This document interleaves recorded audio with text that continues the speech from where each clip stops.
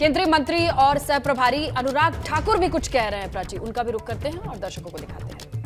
माध्यम से भी ड्रोन सुविधा के माध्यम से फर्टिलाइजर छिड़कने की बात हो और वो भी सप्लाई चेन को भी ड्रोन्स के माध्यम से बेहतर किया जा सकता है, वो भी हम करने जा रहे हैं।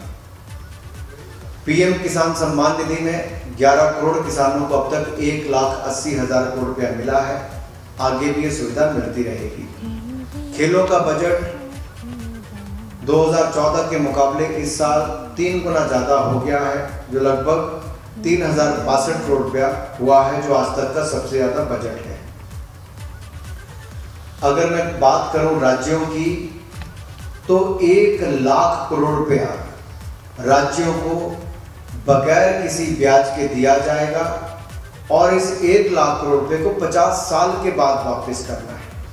यानी कि उत्तर प्रदेश के हिस्से जितने हजार करोड़ रुपए आएंगे वो उत्तर प्रदेश को 1, 2, 5 साल में वापस नहीं करना, 50 साल के बाद वापस करना है और उस पर भी ब्याज की कोई ब्याज नहीं लिया जाएगा। एक बहुत बड़ी राहत राज्यों को दी गई है। इसी तरह से ही न्यू पेंशन स्कीम के माध्यम से पहले केंद्र सरकार के कर्मचारियों को जो सुविधा थी, अब राज्य के सरकारों को भी वो डिडक्शन की सुविधा दे दी गई है। एक बहुत बड़ी राहत उनको भी इस क्षेत्र में मिली है। आपदा के समय आपने देखा डिजिटल इंडिया का लाभ क्या हुआ।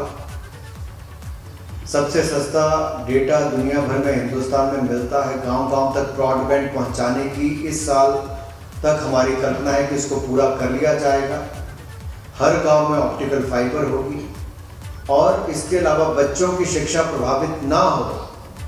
पहले 12 चैनल हमने आपदा के समय खोले थे पिछले 1 साल में, अब हम 200 टीवी चैनल बच्चों को शिक्षा के लिए खोलने जा रहे हैं। 200 टीवी चैनल बच्चों के लिए खोलने जा रहे हैं ताकि 1 क्लास 1 टीवी चैनल वो हो सके।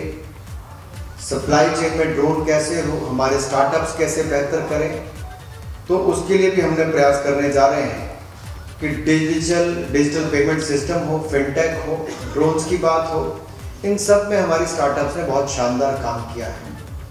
दुनिया के पहले 3 देशों में स्टार्टअप्स के रूप में भारत का नाम आता है और जहां मैं आज में बैठा हूं, उत्तर प्रदेश भी देश के पहले 3 स्टार्टअप्स प्रदेशों में आया है। बड़ी उपलब्धि है।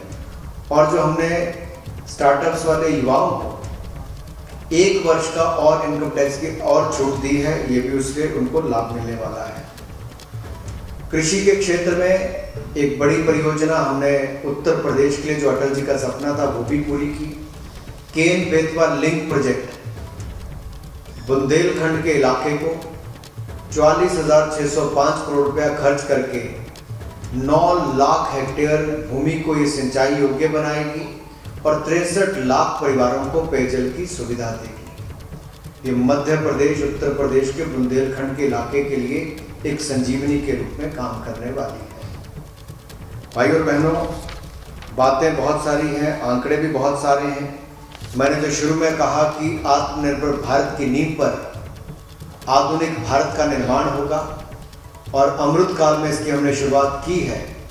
ये मैं कहना चाहता हूँ, PLI schemes, production link incentive schemes जो हैं, वो 14 अलग अलग सेक्टर्स के लिए हम पिछले 1-1.5 साल में लेकर आए। 1,97,000 करोड़ रुपए का इसका बजट रखा गया है। उदाहरण के तौर पर कहूँ, ये जो मोबाइल फोन आपके हाथ में और यहाँ पर है, इनमें से अधिकतर मोबाइल फोन पहले चाइना, ताइवान और बाकी देशों से आते थे। हिंदुस्तान इलेक्ट्रॉनिक्स का दूसरा सबसे बड़ा आयातक था, आयात करता था, इंपोर्ट करता था। मोदी जी की सोच थी आत्मनिर्भर भारत की, मैन्युफैक्चरिंग यूनिट भारत में लगाए। आज हिंदुस्तान दुनिया का दूसरा सबसे बड़ा मोबाइल